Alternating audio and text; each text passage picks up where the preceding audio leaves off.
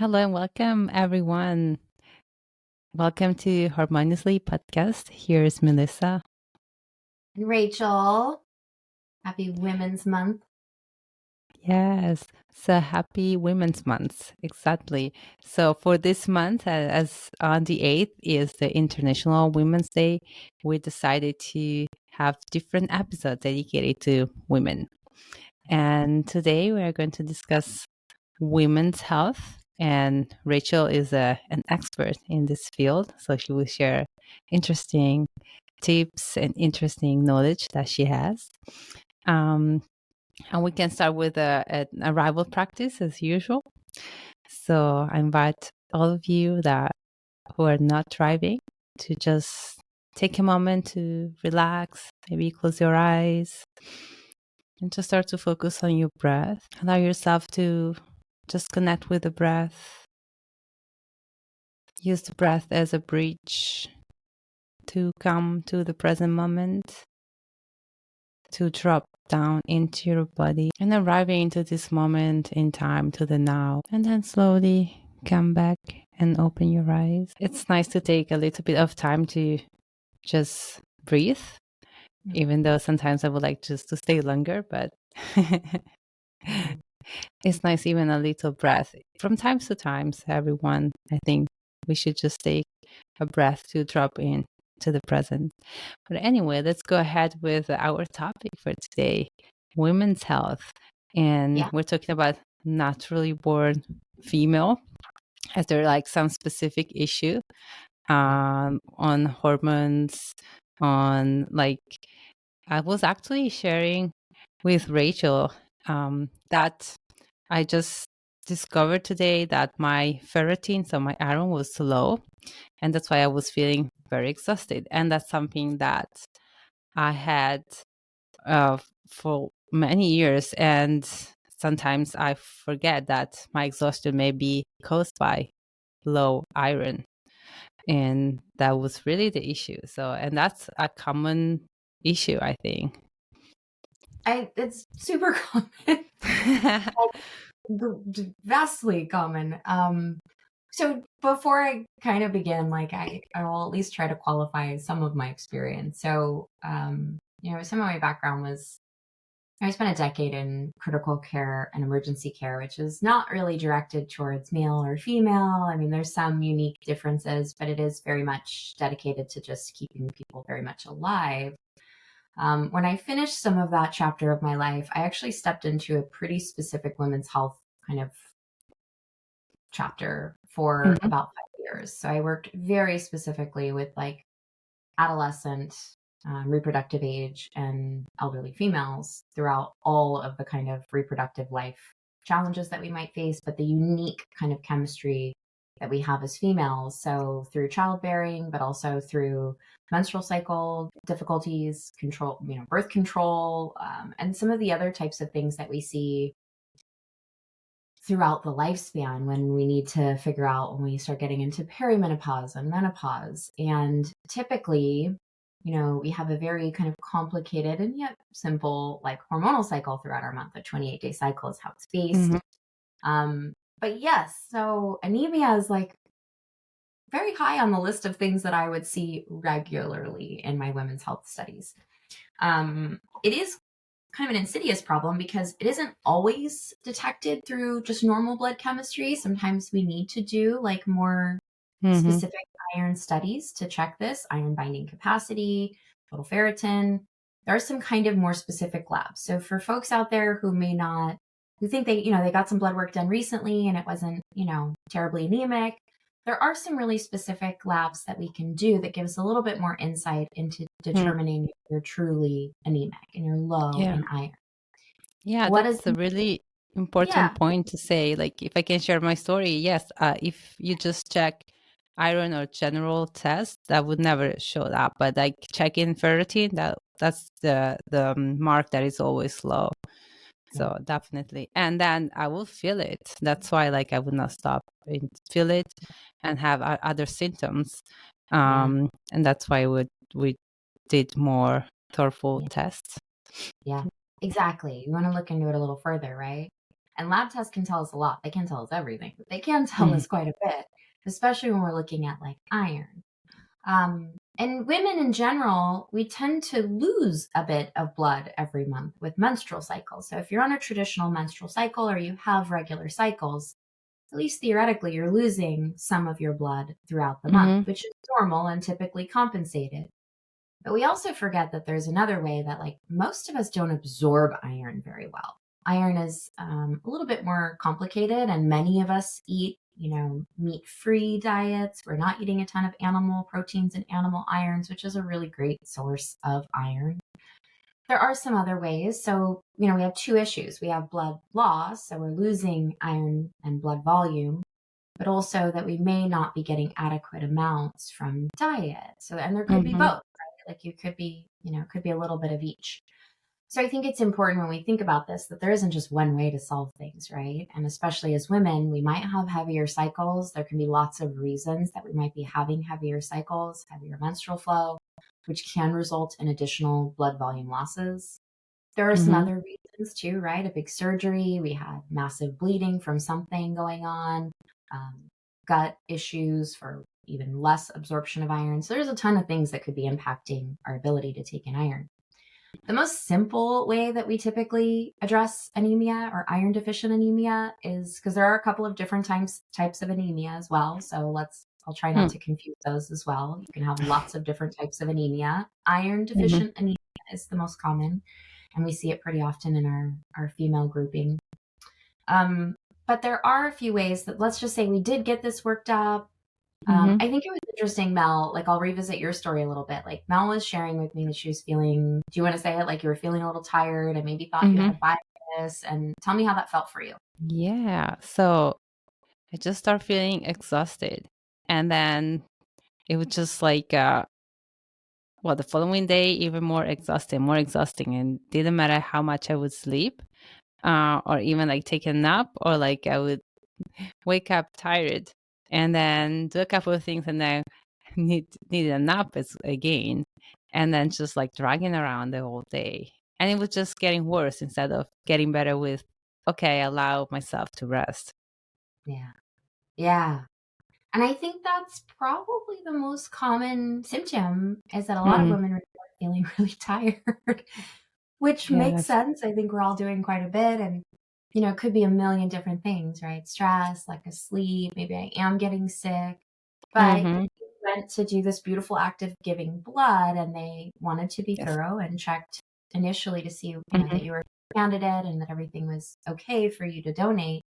And they determined, like, oh, by the way, you also seem like you're a little low in iron, which has been Mm-hmm. a known issue for you. And this is one Yes. of the ways that we often figure this out. We also may figure it out in early pregnancy. We might do some more comprehensive labs. We might figure it out when we're looking for something else going on with female reproductive health in some of those additional lab chemistries. It is very common for pregnant women to also be low in iron. They're making about 25% more circulating blood volume, so they need to have more iron to help those hemoglobin cells. So there are a lot of reasons why this happens, but a lot of women report that they feel tired. I've had girls report that they actually end up feeling short of breath as well because they're Mm. actually having to breathe more. Iron Yeah, is yeah, yeah. part of our hemoglobin, which helps bind oxygen and carry it to all our cells. So it's got a pretty important role. But we can actually get so low that we start to be very symptomatic. We can start to have more chest pain. We can start to Mm-hmm. have shortness of breath. We can be very fatigued, very tired, bruise easily. There's all kinds of things that can occur. But when we talk about the ways that we can bring back up our iron stores, right? And this is kind of specific because not all people can tolerate iron supplements, and there are some traditional like prescription and or over the counter supplements that we recommend. I generally recommend, obviously, we want to address food sources because that's one way. So when we think about foods that can increase iron stores, yes, meat, poultry, fish can be at the top of the list for those of us that do have meat in our diets. Eggs, so there is some of the dairy category or the other categories. But beans, peas, lentils also have a pretty rich iron content. So tofu. So those are some Mm. alternatives for folks in a meat-free diet.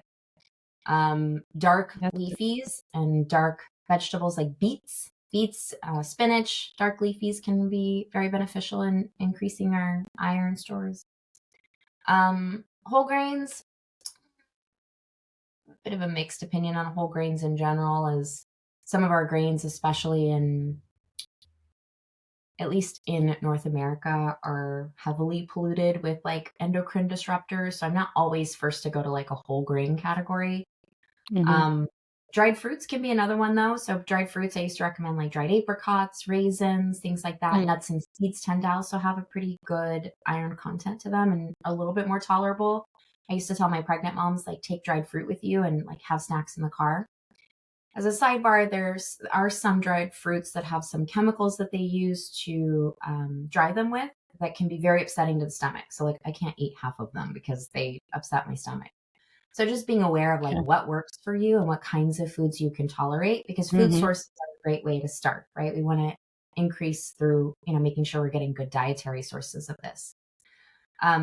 We also want to make sure our gut is in good health. So, and we may need to add in something like probiotics to make sure we're absorbing well, Mm-hmm. something to make sure that we're more balanced there. Um, and then I think, when we talk about like the traditional supplements for iron, for my gals that are really low, I'm often recommending 3 times a day iron supplementation, which is a lot of iron. And I think we should talk about that iron can be a little bit disruptive to the GI system. Iron in general is kind of not the funnest supplement to take. It can be really constipating. It can cause Mm-hmm. nausea. It can be a little GI upsetting. So a lot of girls don't love taking iron supplements and they'll try with food sources first. But often if we really are quite depleted, we really need to get back up Mm-hmm. and take a supplement. Um, how was your experience? You said you had found a good supplement that you enjoyed, and like, did it cause you any side effects? Yeah. Did you notice anything? It did not. No, I actually tolerate it very well. So I'm very grateful because for some reason from food I don't absorb it that well. So it's Yeah. still this depletion of iron still happens even if I don't eat meat, but I do eat like like as I said, dark leafy greens, Yeah. um, dry dry fruits, and all the other like lentils. Actually, I had been eating lentils last week, quite Yeah. many of them. So Yeah. yeah, so it Yeah. did work. Mine, and I know it's a good combination, also has vitamin C and folate. I think that goes well together. Yep. Hmm. Absolutely. And that was my next recommendation, is that like taking iron with vitamin C actually increases the amount of iron absorption we get. So taking your iron supplement with like a little glass of OJ or strawberries or citrus fruit or something like that can really help it being Hmm. more readily absorbed in the GI system. So it's often the case that we recommend this, or the supplement will come with a vitamin C built in Hmm. to kind of help absorption. Timing of iron supplementation as well. So in general, I've had girls take iron, I mentioned, up to 3 times a day in like divided Hmm. doses, like once in the morning, once in the afternoon, once in the evening. That can be a great way to get like a consistent amount of iron absorption. They've done some studies that have shown that like we don't really absorb iron that well, especially in supplementation. So yes, adding in vitamin C can help. But there was also an interesting study that talked a little bit about supplementations done every other day. So Hmm. especially because this can be a bit of a agent that's tough on our stomach or be really constipating, is something that sometimes I would have my girls try every other day, because it can produce a type of chemical reaction. So it's serum hepcidin that persists for about 24 hours. So it basically blocks the rest of iron absorption for another 24 hours. When we Hmm. do this and then we take our supplement, every other day, we're actually maximizing the absorption of iron. There are some girls that still need to be taking this routinely for different reasons. Their iron levels may be particularly low, they're in a state of pregnancy, etc. But in general, a lot of folks find that they're able to absorb it better and also tolerate it better when we take it every other day. It's just a matter of remembering that, right? Because sometimes Mm. we get out of the habit, or like, did I take it Yeah, yesterday? yeah, yeah. you're trying to remember to take your supplement, and using it every other day may be a great Mm. option for some folks. Well, they can use those like boxes with Yeah, week. I mean, the day of the week, yeah, so that could totally. be easier to remember. Totally. Remember. Yeah, totally. That's another way to like, set a reminder. Some people say set it by something that you do every day, like your toothbrush, and, flip one tab up if you did it today or whatever. So there's lots of really great ways to remember to do this type of thing. Same thing with like your multivites or whatever you might be taking daily or Mhm. other supplements. But I think iron deficiency, anemia, is often one of those things that we see so often throughout the reproductive life cycle that it is worth mentioning as something. Yes. We need proper diagnosis. Don't just assume you're anemic, because Mhm. oftentimes there may be something else going on that isn't iron deficiency Mhm. anemia. And iron isn't a great supplement to take if you don't need it. So keeping that in mind, yes, you might be tired, you might have a little something else going Mhm. on. So get it looked up, see your, annual provider, see your women's health provider, whoever you might see, but don't just assume you have iron deficiency anemia. Not everybody that has a cycle simply has iron deficiency anemia because they're bleeding monthly. Many people do not Mhm. have this, and there probably is some genetic issues here as well. Like some of us absorb better than others, some of us maintain Mhm. better than others, just from other underlying reasons. So don't assume Yeah. anything. But for girls that have had this or chronically, have this condition, there are some great ways to kind of resupplement and ways to get better absorption out of it. And if you have GI distress with taking your iron supplements, I usually recommend Colace or something that's non-stimulant to help with like constipation issues. Obviously, you can Mhm. use things like prunes, other food sources to help things Mm. move through. Magnesium supplements can be great here. The kinds like magnesium citrate, magnesium oxidated magnesium can be great to help with constipation. So lots of other really natural ways we can deal with side effects from these types of medicines. And I think like you, Mel, to bring it back to like your point, is that you found a supplement that worked really well for you. Mhm. So always kind of, because they can be expensive, trying to find a supplement that works best for you, Yes. works with your body, right? Oh yeah, yeah, totally. But you have to try also. It's Yeah. hard to you need to experiment and see which one. And I did notice with iron, it's or at least because I have more of a deficiency of iron than any other Mhm. elements, I noticed that it was particularly hard to find a supplements that would work. Like I did Yeah. have to try many before Yeah. finding a composition that would work with my system. Yeah. And I Hmm. think that's important to say, because like it's also the reason I'm not going to sit here and list like my top 3 supplements, because honestly, I find that a lot of these types of supplements work differently in each of our bodies. It's unfortunate because I wish there was like, I'd be like, take this one and it works awesome. But it isn't always that way. Sometimes we have to trial and error a few things to see what's working well with our body chemistry, our timing, and, how our composition is working best on its own. So I think it is worth trying a few different things. And I think it does make sense. I think if you're Hmm. going to supplement, you also need to make sure you're having good follow up, right? Don't just supplement endlessly thinking like you need all this additional iron when you may not, or you may have built up your stores again and be in, the green zone. So it is worth following up. And a reasonable follow up level for those that are terribly low would be 6 to 12 weeks later. We're following up again with our provider, maybe having some additional labs followed up to say, hey, we're back in the green zone. We can slow down the supplementation. Hmm. Sometimes I would have girls switch from daily or every other day to like once a week supplementation, twice a week supplementation. So there are a lot of different ways to kind of continue this without it being so regimented. So I think that's worth mentioning, is Yeah. if you have this type of condition, you want to make sure that what you're doing is making an impact, right? Hmm. Yeah, that's interesting. Yeah. And it makes also sense that once you are in a good space, you don't want to continue to do it daily if in case it's not necessary. It's good Yeah. to know. It's good to know. Yeah. Maybe at that point food resource food resource will be enough to Yeah. cover the Exactly. daily iron need. But if there's a Exactly. point in which is you're depleted, you need supplements, but then not all the Yeah. time. Hmm. Exactly. Exactly. And if we are chronically low and we're not building up stores, it is indicative that there could be something more going on that does need further evaluation, right? Folks Mm. end up with like GI little small leaks or other kinds of things. There can be a million reasons why we might be losing our iron stores and not being able to build them up properly. So it's important that we do have good follow-up. This is not blanket statement to like all people and all iron supplementation. These are kind of talking about these broad overviews of like things that might be more specific to women and women's health in general, and things that we Hmm. see so frequently, and just little tips and things that might be able to help. Hmm. For sure. And also on that note, what else is another common female issue? Yeah, totally. So I don't know that it's necessarily more female dominant, but I will say something that I did see quite a bit of were headaches and migraines, right? Mm. So a lot of us may have hormone driven headaches or migraines, right? So there are specific conditions here that can relate to driving migraines.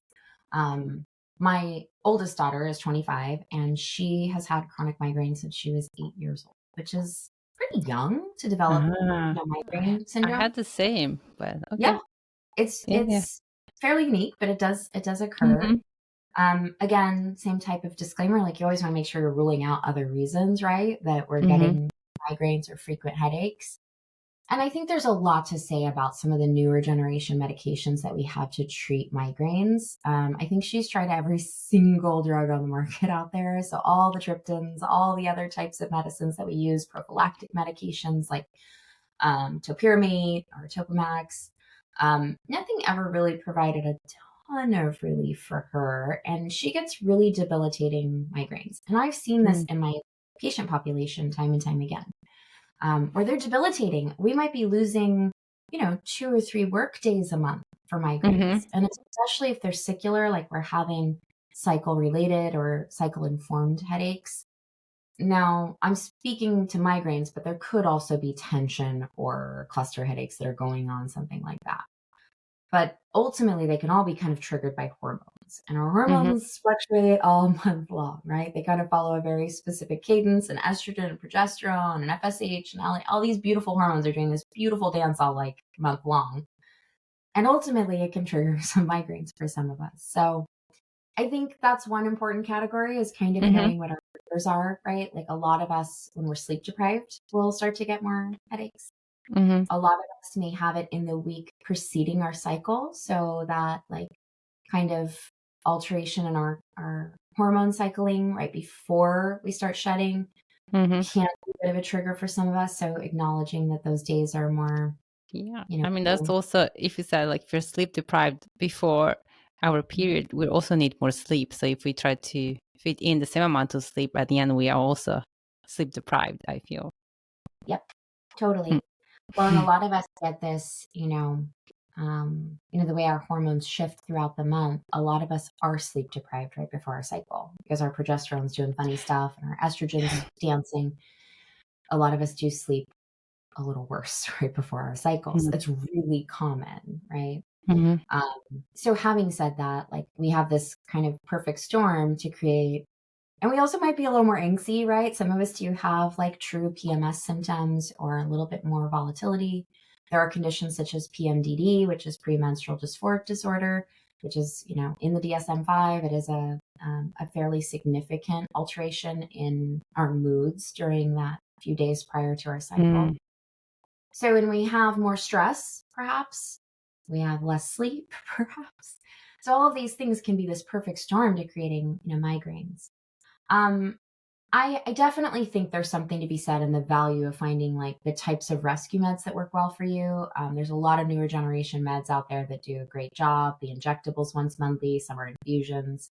I think some people still get great results from the triptan category, like the rescue meds that you take as your headaches are coming on. I think there are something to the prophylactics. Some folks definitely take prophylactics once monthly, topiramate, finding the medications that work well for you. And there are headache specialists, there are neurologists that specialize in headaches. So like if you really have like severe headaches, getting that Hmm. evaluated by someone proper is crucial. But if we're talking about the general public, like for me, I get a migraine 3 to 5 times a year. When I look back on it, I'm always like, oh, I was really stressed out. I hadn't been sleeping well. Maybe I was fighting it, whatever. It's always some perfect storm. Hmm. things that I do think can help, especially as daily supplementation that help with other types of things, Mm. definitely omega-3s. So when we talk about omega-3s, I just read a study recently and I couldn't find it to reference for this, but I will. Ultimately, we're seeing that omega-3s, especially with good EPA, and we have like those good other acids in there, what we're seeing is that they've done a huge amount of reduction in migraines. Like they found this out incidentally. They were like, oh, we were studying something else, and we realized they Mm. really drastically decrease migraines, which makes a ton of sense because they have some kind of anti-inflammatory properties. I will say that occasionally I take omegas every day, omega-3s. And I will say that when I'm starting to feel a headache in the morning, even if it's not headed towards migraine territory, I'll take my omega-3s a little earlier. So a good quality omega-3 can be a good supplement to add in that certainly isn't likely to cause any harm and is likely to cause some benefit. So that's kind of the way we always weigh that Mm. out. Omega-3s are Interesting. also found in like fatty fish. So like getting salmon times a week, right? Getting other types of fatty fish, mackerel. I'm not a mackerel fan, but like for y'all out there that love it, by all means. But the other types of food sources for omega-3s, they're actually usually found in those fatty fishes and a few other places. But I supplement because I don't get enough of that. Find yourself a good quality supplement. You can use fish oils as well, but I do recommend quality one. Do your research, same type of thing, right? Use high quality supplements. The best way to find high quality supplements is making sure that they're third party lab tested, which means that all of their results and data isn't just from the company that created them, but an outside lab has also evaluated them randomly at times and said, yes, these qualities or these products have quality and are pure and are what they say they are. But in general, using this daily. So when we take an omega, the other important factor is that we want to take it with fat. It needs fat to be absorbed. So like for me, I don't eat a whole lot in the morning. So I usually take it with a few spoonfuls of like Greek yogurt or Okay. some banana. You don't have to have a ton, but you want to have fat on board in order for this to be absorbed. So buttered toast, cottage cheese. If you're not doing dairy, like even the other types of like plant-based yogurts can work here, but just something with a little bit of fat to help it absorb. It is well absorbed. It helps it cross that gut barrier with the fat. So it gives it a transport. A lot of people miss that and they take it and they're not getting nearly as much out of it. So omega-3s can be a great way to kind of help thwart headache cycles. Also helps with a lot of our other neurotransmitters, which do contribute to some of other symptoms of PMS, PMDD, just as our hormones fluctuate throughout the month. So in a way, they may also have some background help with some of that, like other types of symptoms that we get that are more mood-based. So again, across the board, omega-3s are on my foundational list of like basic supplements we should all be probably taking. So kind of carte blanche omegas. Perfect. My last little supplement I love for migraines is a magnesium. I think I'm having a secret love affair with magnesium. Like magnesium probably is my favorite supplement. It's just fantastic. It's a really great supplement. And what most people don't know is that there's like a ton of different types of magnesium. There's like magnesium citrate, magnesium taurate, magnesium L-threonate, magnesium glycine, magnesium biglycinate. There's so many different types of magnesiums, and you don't need all of them, but there are some specific benefits to each one. So most folks hear, oh, I should take magnesium. They go out and they buy a magnesium supplement, and they buy like mag citrate or magnesium sulfate. And what they don't realize is that they're getting a supplement that's particularly good at relieving constipation and not really a lot else. So from here, I'll kind of describe what I like in magnesium supplements. And I would always follow the manufacturer's recommendation, again, using a quality supplement, because some of the magnesium amounts bottle recommendations may be, there are cases I recommend a little more, a little less, but so magnesium glycine or biglycinate is an excellent magnesium for mood support. So I use this in ADHD. I use it in anxiety. I use it in depression, which may relate to your cycles, but not as much to headaches. The magnesium we actually see working really effectively is mag taurate. Magtorate is another type of magnesium that is more specifically shown to help improve headaches and migraine quality. So taking this as a daily supplement's totally fine. Also using it, I wouldn't necessarily recommend using it as a rescue med, but using it as a form of magnesium that you would take if you felt a headache. I do this all the time, and I do find that it works so effectively for my headaches. So magnesium taurate, I think magnesium glycate can be very valuable. And I do think that there's another form of magnesium. I was just trying to think. It's magnesium malate, which is also another form of magnesium that's used in like chronic fatigue when we're really tired. This can help, but it also can help with some of the sleep foundation. So some of this may be valuable as well. I use like a tri-mag blend that has like mag 3 and 8, mag taurate, and mag glycinate. And it's fantastic. But find something that's working for you. But overall, magnesium is not something that we get usually too much of in our dietary sources. And again, something that is usually one of those really good overall supplements. Makes it on my foundational like top 3 supplements for everyone overall, because it tends to work on a lot of really great areas. And headaches tend to be one that are so common for women, especially with cyclical changes throughout the month. Yeah, and that was going to be our next topic, our moon period, because there are so many different. And so we were saying how in our Western society, modern society, there is not much space for these changes. But as women, we totally feel the difference. In one phase, we have more energy, we're more creative.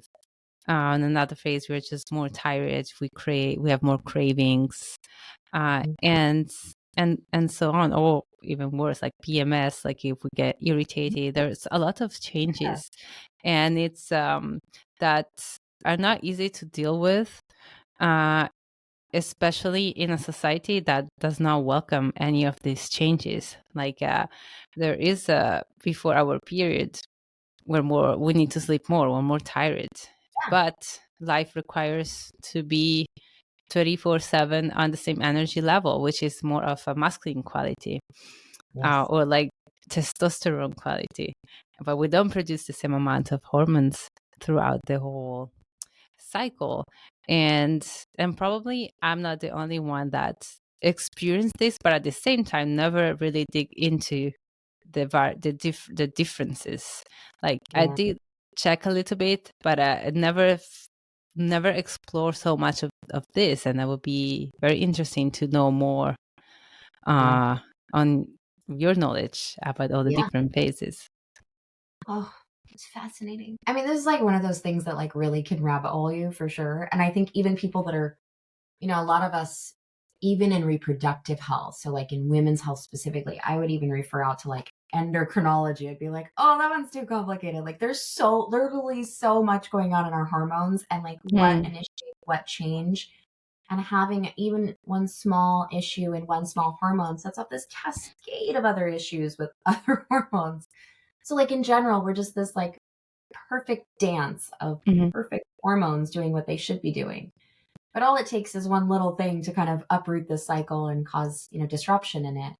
But if we're thinking about like the overview, right? Like traditionally speaking, the women's cycle is based on a 28-day cycle. It's based on the lunar cycle, right? So we do follow this kind of lunar cycling. It is based on some complex interplay of like certain hormones spike, that it cause other hormones to decrease, that causes all the different phases of our cycle, right? So traditionally we have like our menstruation, we have our follicular phase, we have our luteal phase. There's a few little phases in between. But generally what we're seeing is kind of estrogen and progesterone kind of juxtapositioning throughout the month.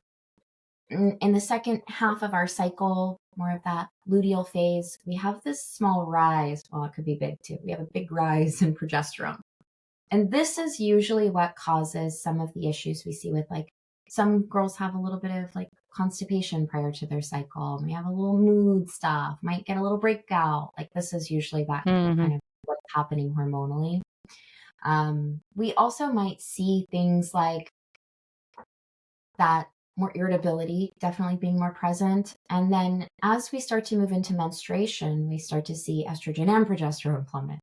So yes, when we think about like, and I love this idea of like, in our tribal cultures, we often would have Mhm. women would go bleed together. Like it was a Mhm. whole monthly retreat we would move to, right? Like this wasn't to remove women from men. It was to give women what women needed, right? They were like Yeah. to be together, to be amongst, other women that may understand what they're going through, maybe be able to offer support, and also have this time of their month, right? Which is this Mhm. very beautiful part of our cycle. And I think in some of our, you know, present day societies has kind of been, there's a bit of a negative connotation around like Yes. menstruation, bleeding, right? I feel like there's a negative Yeah. context to it sometimes. Like it's not this beautiful, appropriate part of our cycle. It's a Mhm. nuisance. It's bothersome. It's Yes. right, which is that very kind of Yeah. Yeah, definitely it's a nuisance. It's something that yeah, impedes you to do things, or is something yeah, disgusting.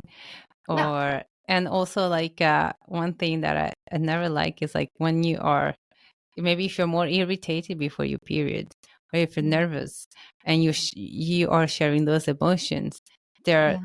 dismissed because you're just You're being PMSing. emotional. Yeah, Yeah, yeah, and like it's a weakness rather than a strength. yes, yes. Yeah, So it's just dismissed, and or even worse, like seen as you said, nuisance or something disgusting. And yeah, yes, really sad because it's a beautiful, actually, cycle that we're going through. We're connecting to the moon yep, cycle. And by the exactly. way, about that, I would like also to ask you, because I noticed there's like pretty much half of the female population menstruate on the full moon and the other Mhm, half on the new moon. So it's really connected to the moon, uh, mhm, to my experience. But yep, you probably know more about that. yeah. Yeah. In natural organic cycles, oddly enough, it is typically associated more often with the full moon, but can be with the new moon. We do tend to cycle sync, all true. Like we absolutely, our body's chemistry will sync up with other females' chemistry. Mm-hmm. It's a known fact. We absolutely do it. I think there's also something to the way we sync with male counterparts as well, because they start to have like a similar cycling, even though it's not menstruation and the same we are going through. They also can sync with us in a different way. Mm. But yes, so we do tend to in non-altered cycles. So those that might be on birth control or other types of methods to control their hormones or cycling probably aren't seeing this as often, and we're not as apt to cycle sync because our cycles are being kind of manipulated by Mm-hmm. another method. But those gals that are not on, form of hormone therapy or hormonal birth control typically will start to see this type of trend in their cycles. I was always a full mooner, so it was the way my cycles were always. And then my gals and there's also something to that, right? Like in the ER, we used to have um, anyone that's worked in a hospital will tell you like the full moon is legit. Like there is something to it that's otherworldly. Like just the weirdest stuff happens, the most kind of angsty. But we see that every month in our own cycles, right? Like it Mm-hmm. is this time of kind of rebirth and regeneration.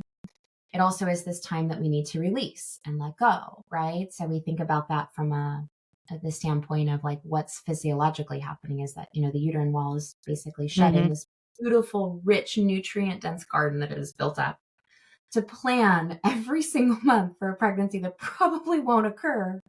And then it goes, oh, I grew this beautiful garden. And then it ultimately sheds away each month and renews, which is Mm-hmm. really this incredibly beautiful kind of metaphor, but also like real physiologic practice that's happening in our bodies every month. And then rather than look at it like mystified and like this beautiful enigma that's occurring, we're like annoyed by it, right? We're like, oh, Mm-hmm. it's another period and you're emotional and you're bleeding and it's this whole thing.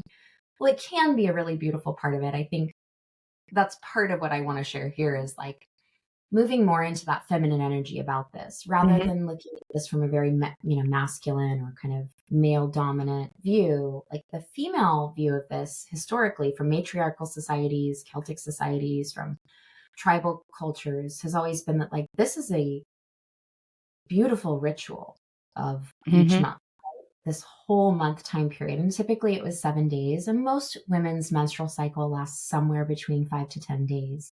But the bulk majority of that was spent in relaxation. I mean, I'll ask you now, Mel, speak to the way that we deal with this in yoga, in traditional yoga philosophy. What do we do during the female cycle? What is different about that in our yoga practice that might be Hmm. altered? Yeah, there's some, mm, depending on the tradition of Mhm. yoga, but there are some poses. There's mostly Mhm. some poses that are not done. But Yeah. for my knowledge, I've heard of or seen more differences during period in, like, as you said, tribal. Like, for Mhm. example, Yeah. in the Amazon, Mhm. if you're doing, like, depending on the tribe, some Mhm. women may not be able to join an ayahuasca ceremony during menstrual Yeah. cycle, or like they cannot cook food Mhm. for the ones that are doing a particular practice that is a dieta, for example. Mhm. And that Yeah. is not a discrimination, but again, Yeah. because this energy of the menstrual period is very strong. Yeah. And there's also many other tribes that's why, let's say, men would do ayahuasca or other medicine and not women originally. Like, for example, that would be in Colombia or Brazil, Yeah. because for them it was like, oh, the women have already these things, this ceremony they're going through every month, so we men who have nothing, so we'll do this other Yeah. kind of ceremony. So it was always approached as something, yes, as you said, as a shedding, Mhm. energetic shedding, and all Yeah. that. And I remember how, when, like, in the past, I read about this. In still some tribes, they're doing that the women go on the Mhm. side, right? Native Americans or other places in the world, they have like a um I forgot what it was. It was somewhere in Asia that they would go in this, like, Yeah. little house by themselves, Yeah. and, like, the Western comment was like, "Oh, there's discrimination. They are so behind and so on. They're still discriminating women." And I was like, "Well, why are we seeing this way? This is a Yeah. beautiful way to honor that, to Yes. honor the time, so that the woman can have the possibility to really like work those emotions that are, I think, are more than just our own emotions." Yeah. I also read Eckhart Tolle, Mhm. um, who was saying that the period is a beautiful time in which women are also working through not only their own inner work, but also ancestral work. Yes.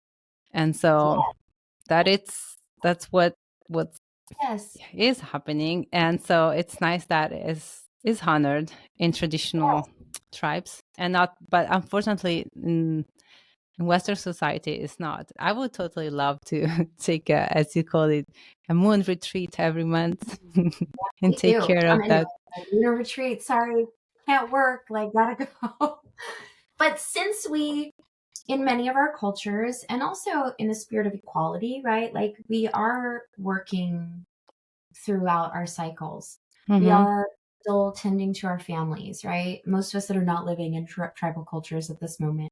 What else Mm-hmm. could we do then to embrace, welcome, Mm-hmm. uh, and to really honor this space of the like menstrual cycle then? Like, how can we find our own kind of new age way of Mm-hmm. or modern way of approaching this with some of that ancestral lineage or that tribal culture, Yeah. right?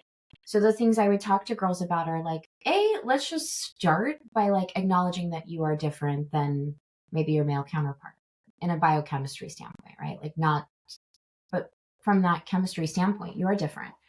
So that you may feel more emotional the week prior to your cycle or the week of your cycle isn't a weakness. So we have to reframe some of this, right? It isn't a detriment. It isn't a negative. It's a positive. It's a strength Mm-hmm.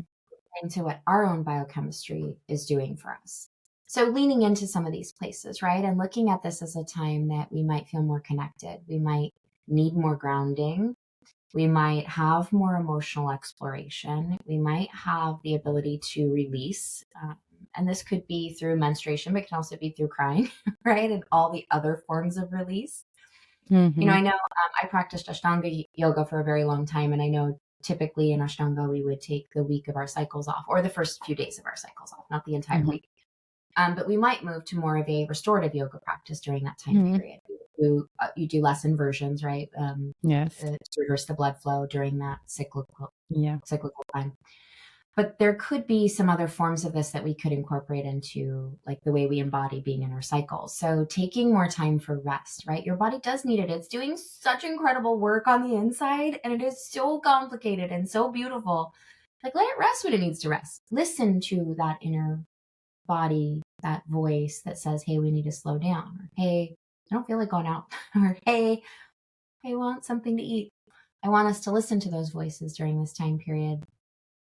I do a lot of bath rituals. Bath for me is very feminine energy, it's very restorative for me. So perhaps taking the time to self care for us, right? Whatever it is that your body needs, but a bath is a beautiful ritual. I also like it because you can use transdermal mag in the bath. So I use like, actual magnesium is well absorbed in our Mhm. skin. So it's another way Mhm. to get that. But it's Mhm. another way to relax, time out. Maybe being more attentive to our mindfulness during that time period, right? Allowing our meditation Mhm. practice to look different during this time period, allowing us to connect with our tribe, our sisters, our friends, our mothers, our grandmothers, our children, our female tribe out there, because I think there is something in that wisdom of like being able to connect to each other as females. Like all of the biological, chemically female patients out there are going through similar experiences. So it is a good time to reach out and collaborate with your tribe, reach out Mhm. and lean on your tribe, right? What other things do you recommend, Mel, for like kind of leaning Definitely. into this time period as a place of Yeah. honoring and embracing? Mhm. Well, I would say definitely as soon as you start feeling a shift in your mood, Mm, to notice that, right? mm, To maybe notice that through meditation, in a sense, like close your eyes and be with that emotion yeah, and not reject that. This is in yeah, general with emotion, but there's definitely more of a negative chain of thoughts when the PMS starts or yeah, kicks in. So you want to do that even more because yeah, that negative thought, it's mostly, well, it is related, as I said, energetically also to this inner work and ancestral work. There's um and also probably to the fact that as we're a little bit more tired and cravings, those are things that are a little bit against of what we feel society requires from that is being like always at yeah, 100% and super energetic. And so that gap may makes us feel like that we're not good enough, and then that kind of chain of thought starts. So yeah, more awareness of that. And then, well, I like to, and that it depends um on each person for sure. But I like to use like a diva cup or any other way to collect yep, my period, hmm, or, and or at least like bio yeah, or organic hmm, pads yes, or any something organic, or definitely I like the reusable diva cup yes, or the reusable underwear, because that's also an important issue to mention. There's a lot of waste. yes, um yeah, and I also remember reading like in the past women will offer the menstrual period to earth, and yep, there is not to close the cycle, this connection with earth, right? Because yep, we are made of earth and this goes back to earth. Apparently, totally, by the way, not all plants, like in the Amazon, yeah, those plants don't want to be near any of your menstrual cycle. Just huh, just letting you know, if you want to go to do that practice, be sure what yeah, plant. But even if yeah, you don't do that, it, yeah, like I don't do that. But like just be aware of the products that you use yes, in very, honoring Mother Earth. That is also representing female energy as well, and as yes. female we represent her at the same time, so keeping that in And I think mind. more than that, not more than that, but equal to that, I think honoring our own earth, right, and our home here. Hmm. We want to be consciously using products that are safe and or whatever. Yes, also. We also want to use products that are safe for us. And there is a Mm-hmm. huge amount of data out there that a lot of the menstrual type products that we use, tampons, pads, are made from pretty toxic chemicals and or manufacturing processes. So I Mm-hmm. do encourage all my girls to be well informed and also be utilizing products that work for them. I can't tell you how many women I have seen have true allergies to some of the products that are being used in their pads, their tampons, I'm sure. causing Mm-hmm. vaginal dysbiosis. They're ending up with vaginal infections frequently, Mm-hmm. like low chemically treated process options. The Diva Cup is a great choice. They're usually made of silicone, which is typically more safe Mm-hmm. than sticks. It's for girls that can't use those options, using organic and or cotton pads, reusable items but just do your research to find products that are good for earth but also good for you, because Mm-hmm. we don't want to cause more problems. There's been found endocrine disrupting agents in these products, so we want to use low toxin agents for the earth but also for our own home, this home Mm-hmm. and that. So I Mm-hmm. think that's a super important point, and I totally 100 emphatically agree with that. Absolutely. And then the last thing, which I love, is ceremonial cacao. Mm, Um, that's it beautiful. yes. So it's really like I use it also when not on my period, but it's definitely Yeah, really good during your PMS or during your periods, yeah, because first of all, for the cravings, it's really calm the cravings, but also like helps you to regulate your mood. mhm, And also it helps overall. It's also a little bit less of pain. By yeah, the way, maybe that could be another discussion, because the totally. pain during the period, that's another It's uh legit. Yeah, legit. yeah, yeah. I think we can totally talk about that more. And I've got lots of really good tips and tricks that have worked. And also some really, non pharmacological tips, right? Because Mm, I like a blend of both, Eastern and Western and worldly options for girls, but I like things that are easy and things that don't cause side effects.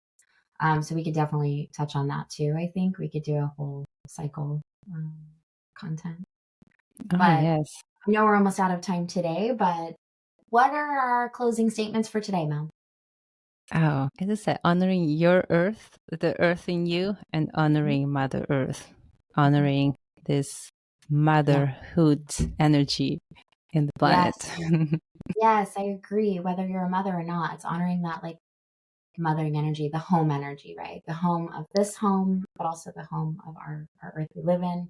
The home of being together, I think, is also kind of stands out to me, like the home of like this kind of female tribe that we're all a part of, right? Collectively amongst all of us in the world. Hmm. And I think the sentiment I'm left with is truly one of like celebratory nature of like, I think, this consciousness, this time period we're coming into seems to have a bit more space for us women. And maybe it's because we've made that space. Maybe it's because it's time. Maybe, I don't know. But I really enjoy seeing a different kind of framework surrounding women in general, the way we have cycles, the way we're different, right? It being celebrated and embraced versus it being like negative and kind of demeaned. Hmm. So I just want to wish everyone the most wonderful month all about women.